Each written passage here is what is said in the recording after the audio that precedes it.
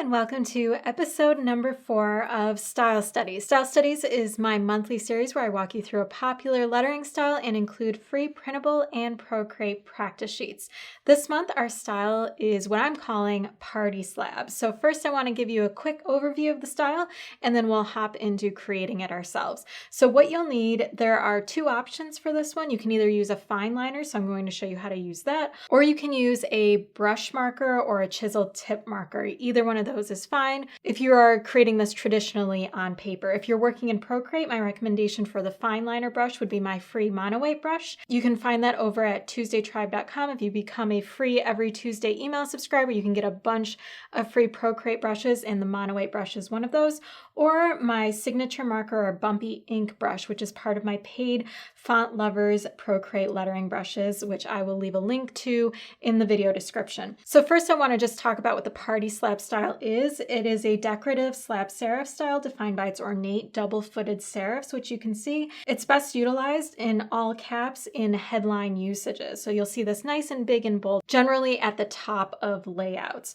So the feeling that you get when you look at it should be festive and fancy, yet still fun. It's not too serious because we have those really fun double-footed serifs. So the anatomy and the construction, there's 4 steps to creating this. So the first thing you want to do is create your sans serif base, then you want to add your weight in, and then add your serif, and then finally color everything in. So you've got this nice, bold, beautiful party slab character. So things to remember, these are the main characteristics of this. Keep your downstroke weights consistent. Wherever you have your downstrokes, you want that thickness to be consistent throughout all of your characters. You also want to keep that double-footed serif shape consistent. Whenever it's being used, wherever it appears, you should try and make them as consistent as possible in shape.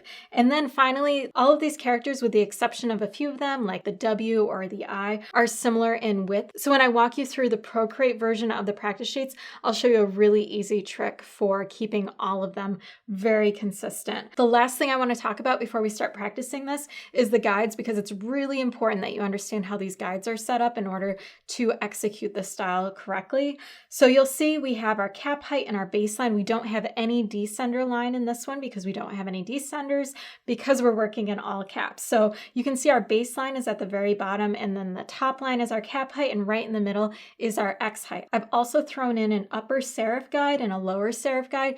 You'll see this on letters like your C and your E, where you have serifs that come down and come up. So those are just some helpful guidelines. So all of those are consistent in length. And then finally, you can make this style your own really easily because it's on the thicker side. It's really easy to draw in some inline details. Like you can see the lines that I have here. You could also put some decorative elements. You can make those lines dotted if you want, something really quick and easy, or you can make it more ornate. You can also add in different styles of shadows. I have a whole tutorial on all kinds of different shadows that you can create. So first I'm going to walk you through the traditionally created version of these on paper so you can see what that looks like. And then I'll walk you through the Procreate version so you can see how the file is set up, and then you can use these guidelines an unlimited number of times within Procreate. So I've printed out the very first page of the practice sheets. You can see we've got A through G right here, and I've got a sheet of tracing paper that I'm just going to lay on top of it. If you'd like to use a light box, you can also use a light box right here with a regular sheet of paper on top. I'm just going to use the tracing paper for now.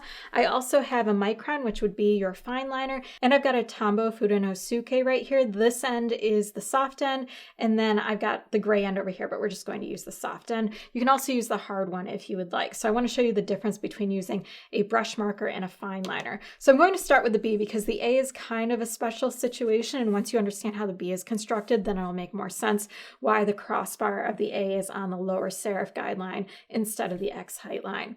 Okay, so for the B, the very first step is always drawing out your sans serif character, and I have a full set of free sans serif guides. I will link to those in the video description. It was part of last month's style studies, and so you just want to draw out your sans serif character, but it's really important that your first downstroke doesn't extend all the way to the cap height or the baseline. You want to stop just a little bit short so you can include those serifs, which the serifs will reach the very top and the very bottom. So we're going to draw a straight line down, stopping short, and then you're going to come up and around, and you're going to hit your X height in the middle.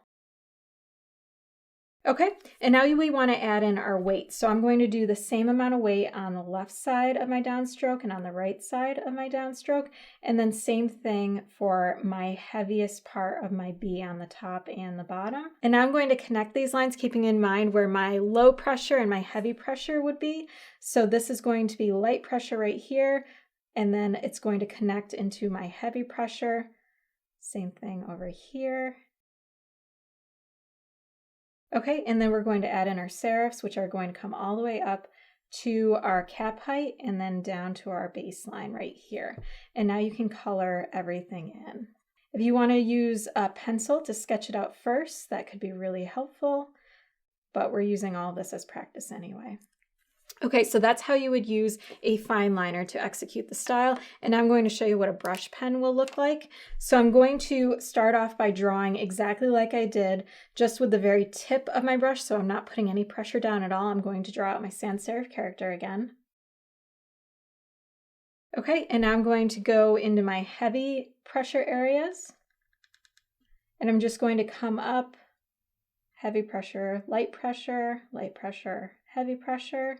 And now I can draw in my serifs. You can see it's definitely quicker when you've got a brush that accommodates those pressure changes. So you can see right here, it's really clear that this is the center line. So this is our X height, but with our A, we have this really heavy downstroke right here. And because it's taking up some of the space of the interior of the A, if we kept our crossbar at the X height, it wouldn't look consistent because mathematically it might make sense, but because our serif is taking up so much space up at the top, it's going to make our counter inside of our A really, really narrow. So for it to look more balanced, we need to drop our crossbar down to our lower serif guideline. This is one of the only instances of this just because we have this really, really heavy angled downstroke on it. So that's the reason why the A is just a little bit different and doesn't seem like it's keeping with the rules, but visually it is. So that's a brief overview of how to execute this on paper.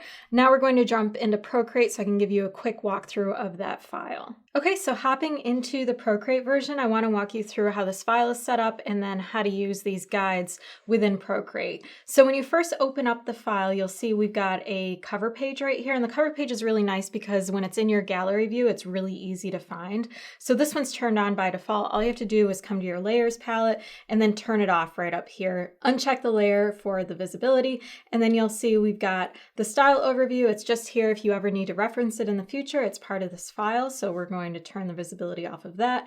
And then you can see I've got 4 different groups right here for the different pages of letters. And if you toggle them down, you can see we've got the actual template right here. And then I've got a layer right above it called use this layer. You want to make sure that this layer is selected, and then you can letter right on top of that layer, whether or not you want to trace directly over the letters or create your letters freeform right to the right of them. So I'm going to close this one up. I'm going to turn on page 2 just so we can try out another letter.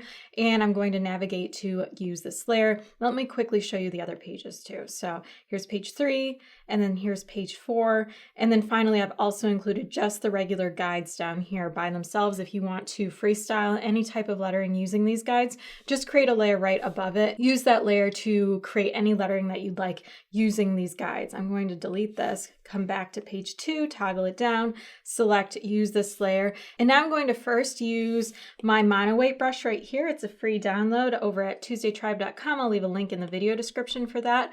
And all you want to do is follow these same steps that we just talked about when you're creating the lettering traditionally. One nice thing with Procreate is that you can add and edit guides whenever you want, unlike with paper guides. In order to create all these characters, I mentioned over on the style overview that overall this style has consistent width for most of the characters, minus like the I or the W. But generally speaking, all the characters are the same width, so we can add in some guides to help with that as you're practicing in Procreate. In order to do that, just hit the wrench up here, navigate to Canvas, and then turn on Drawing Guide, and then hit Edit Drawing Guide. And then down here where it says Grid Size, under the 2D Grid category, tap on this increment and change this to 80 pixels, and that will give you consistent width for all of your characters. So hit Done here, and then hit Done up here. I'm going to change the color of these guides so you can see it a little better on screen. Hit Done, and now if I zoom in here, you can see I've got these guides that really help me create consistent width for all of my characters. So I've got my mono weight brush selected right here, and I'm just going to follow the same rules that we did before. My brush size is 3% for this. Okay, and I got my crossbar right in the middle on the X height line, and now I can make that consistent width on both sides of my guides. So I'm just going to draw these down, and once I establish what my width is, a really easy trick to make sure that your width is consistent for all the letters that you draw, you can just create a new layer right above the layer that you're on. Change your color to something bright that will make it really obvious. I'm going to choose this hot pink color, and then I'm just going to, you can draw it whatever shape you want. I usually use a circle for this. Draw a circle, hold it so it snaps into place, and then I just fill it in. You can reduce the opacity a little bit if you want to see through it for where it's sitting. And then I can move this over to the other side. They're right in the middle. Now return to my layer that I'm creating my lettering. Make sure you change your color back to black. And then grab your same brush, and now I can draw these ones in. And that's a really easy way to make both sides consistent in width. Now that I've got that, I can turn off my little width marker and then draw in my serifs. Okay, and then just fill in the letter. Okay, so there is our H. And this one I feel like I could have gone a little thicker on both sides compared to the example, so that's what I would change as I'm practicing in the future. So I also want to give you an example of using a brush marker in Procreate. So I'm going to go and grab from my Font Lovers Procreate brush set my bumpy ink brush, which is right here. And for this one, if I press down as hard as possible, since it's got variable pressure, you can see that's as thick as it goes. And if I have very, very light pressure, this is as thin as this marker goes. So this is perfect because all these heavy downstroked areas, all I have to do is put in max pressure, and I've already got a consistent weight right there. I don't need my little pink circle to match my width. All I have to do is put the max amount of pressure down, and I already know it's going to be consistent because this is as thick as this brush goes. So I'm going to undo that. This brush size is at 10%. So I'm going to do the exact same thing again. I'm going to draw my base in my sans serif character first. Okay, and then I can just come over it and put that max amount of pressure on it to thicken up my downstrokes. And then I can just add in my serif so you can see how much faster this process is if you have a variable weight pressured brush and you've got an iPad that allows for that pressure variation.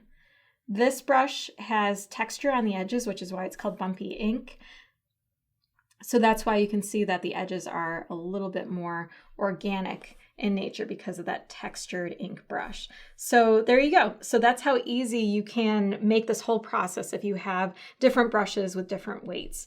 So that is how to create the party slab style traditionally on paper and in Procreate. Once again, all the links to everything mentioned in this video are right in the video description, so just click into there and you can have access to everything, including the free printable practice sheets and Procreate practice sheets. If you enjoyed this tutorial, please hit the like button, subscribe, and don't forget to hit the bell icon so you can be notified of new tutorials just like this one in the future. For more design and lettering tutorials and freebies, head on over to my site, every-tuesday.com. You can also find me over on Instagram. My handle is everytuesday. Thanks so much for watching, and I will see you next week.